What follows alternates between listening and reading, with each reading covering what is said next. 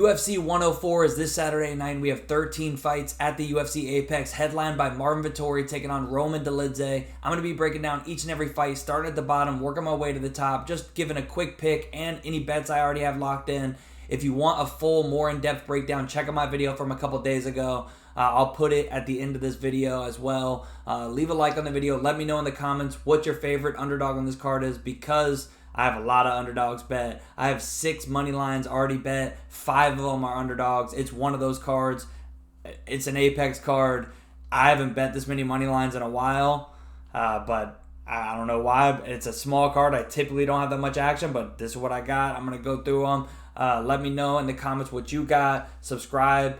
Turn those post notifications on so you don't miss Wager Wars next week. Let's get into it, man. First fight on the card, we got Unesis Dubin taking on Carly Judice. I have Dubin bet plus 350. I told you guys that earlier on in the week, and hopefully you got in on it, because a lot of books have already came from, I think at one point she was even higher than what I got her, like 400, but it's plus 205, plus 210 on some books now. You can still get her at like plus 310 on like a couple books I saw, like Circa, ESPN Bet, I think. But yeah, the line's coming in, and I think justifiably so. You know, that was before I even saw her on the scale. She's looking great. That only made me feel even better about it. I get it. Judice is probably the more technical fighter, but I think Dubin's a live dog here, man. It's going to be a lot closer than that line indicates. So, Dubin, plus 350 for me. I'm going to ride that out. And next fight, we got Josanne Nunes taking on Priscilla Cachoeira. And I'm on another dog here. Priscilla Cachoeira, I got her at plus 175. It's still pretty close. I think it was like a plus 165 right now. So you can still get on her if you... I will say, this one is a lot more of a public dog. It seems like not a lot of people are on Dubin. Well, I guess maybe after today they are, because that line crashed. But Priscilla has been like the public dog, which definitely scares me.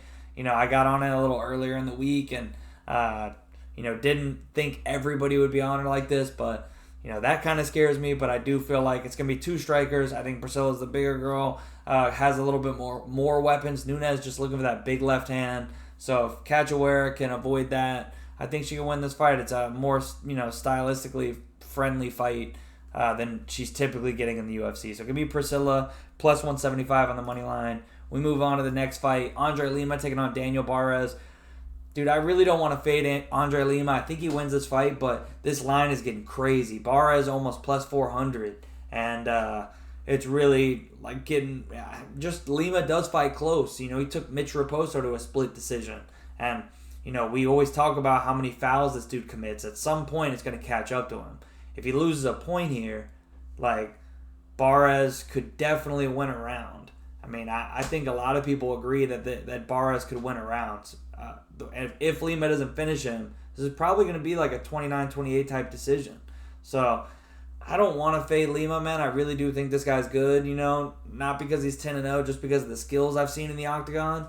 I think Igor Severino I bet Igor in that fight, lost by bite, and I thought he was looking good, but I honestly think Severino is really good.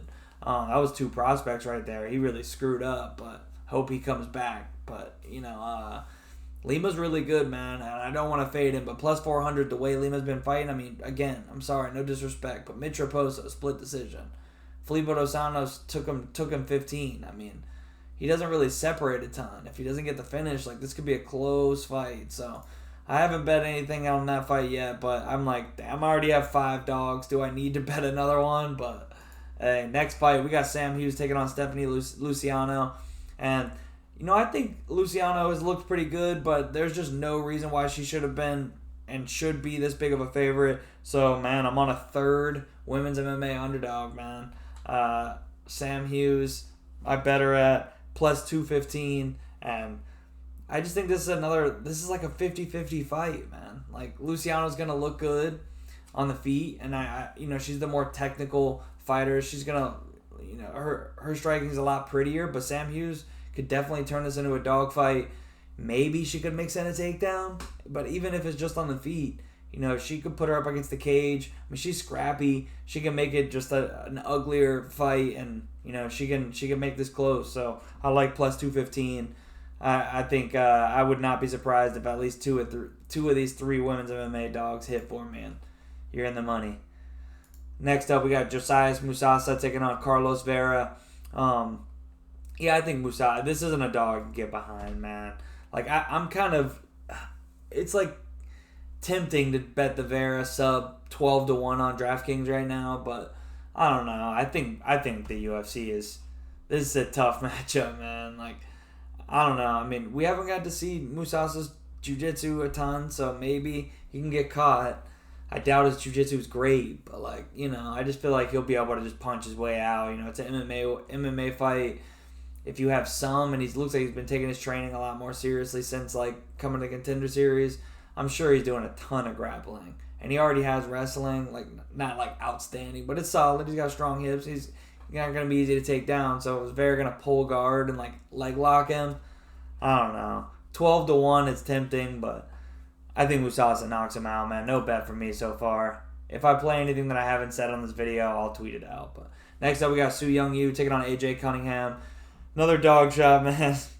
Plus 450 Cunningham. I told you guys I was on the fence. There's just no 6-1. What am I missing here? What am I missing? I get Cunningham's not the best. You know, he's not gonna blow your hair back with his technique. You know, he definitely kind of relies on just the thing they bring up every time he fights on the freaking commentary, which isn't always a good thing when they're bringing up your toughness. But you know, he's 30 years old. These guys, I'm sure they're both training hard. You know, we know Cunningham's gonna fight for your money. He's the much bigger guy coming down to 135. This dude last fight was at lightweight against a freaking beast like Klein. Like, yeah, he got beat up. That was a freaking mismatch, short notice too.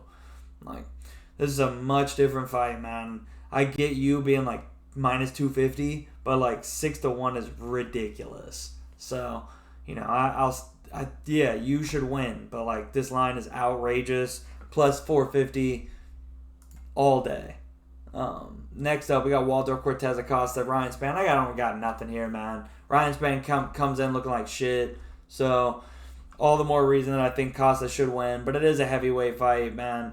Like, the way Spann fights, he could knock him out early. The line isn't, like, wide enough. I don't know. I mean, it's just probably about accurate. About 2-1 for Waldo, in my opinion, would be what I would put it at. Spann came in looking like friggin' shit on the scale. Yeah, I think he probably finishes Spann towards the end of the second round or something. Next up, we got Kevin Vallejo, Sungwoo Choi. Yeah, plus 450 Choi. Just take my money, man. I get it. You know, everybody's talking about like his mental. Oh, he's been posting like, I'll give it my all on Instagram and stuff like that. Like for the fight, it's just like, if you actually read, like, click to translate, you can see the full transcript as he's saying, like, he understands his back's against the wall. And, like, he's made multiple posts, like, yeah, like, this is the show that the last 10 years of my life hasn't been for nothing. And, actually, I think he said, like, 15. So, you know, at least he knows what it is. Like, you're 1-4 in your last 5. They're giving you the new prospect. They're trying to feed you. Like, it's like someone's going home in a body bag probably in this fight, man. So I get Vallejo should be the favorite. Man, there's a big size difference here too. We got 5'7" and 6 foot. Now I always say height and reach isn't always an advantage unless you know how to use it. But like I will say, Choi's defense isn't the greatest, but he is a sniper. He's kind of like a Glass Canyon sniper, but that's the best way to describe him. But you know, Vallejo's probably going to come in, work his body, and get the win here by knockout. But this line, again, 6-1 is crazy, man. Plus 450, I'll take it. Choi could chin him. Choi could, you know, Vallejo's isn't some, like, world-class grappler. Like, I could see him struggling to get takedowns if he's not having all the success he wants on the feet or he gets hurt. I'm not saying he can't take Choi down, but, you know, we haven't seen him, like, just grapple a bunch of high-level guys. Like, I don't know. I think Choi could stuff a couple, especially just his friggin' sheer size. He's got strong hips, and Vallejo's like this could. That's why I don't want to take the knockout prop, because Vallejo's is durable, and I could see Choi just like knocking him down in one round and then stuffing takedowns in another, and just landing some shots on the outside. And he's got good leg kicks. I don't think I've mentioned that enough. And you know, winning a round and just winning a decision either. So I bet him at plus 450, man. Next up, we got Nergoze taking on Ribeiro. Yeah, I think Nergoze wins, but the line's crazy. I mean, it's just these big favorites, man. I mean, I was thinking this one was more warranted than a couple of the others, but it's not enough for me to want to play Brinson. But then Nergoze comes in like 5 pounds overweight, so it's just like, thank God I didn't bet this one. Just a pass. I'll take him to win by probably like a ground and pound finish, honestly. But we'll move on to the next fight. This is a great fight. Damon Blackshear versus Cody Gibson. At least it's going to be fun for as long as it lasts. Because both guys typically do have pretty exciting fights. People have been saying not as much with Gibson lately, but, I think they've been pretty fun. This is another big favorite. It was like another one that's like, oh my God, like, are they going to force me? But, nah, I think I'm just going to pass. I think Blackshear does win, but should he be this much of a favorite? No, and he did look kind of rough on the scales and stuff, but I don't know. I think I just got enough money. Like, I already picked, like, my favorite dog, so at this point, like, I should probably just lay off it. But I do feel like, he's probably a little bit more alive than this. Like, these lines are crazy. Dear God, who is parlaying all these, like, minus 600 favorites on these Apex cards, man? Good luck. But I do think Blackshear wins. Next up, we got Alexander Hernandez, Kurt Holloway.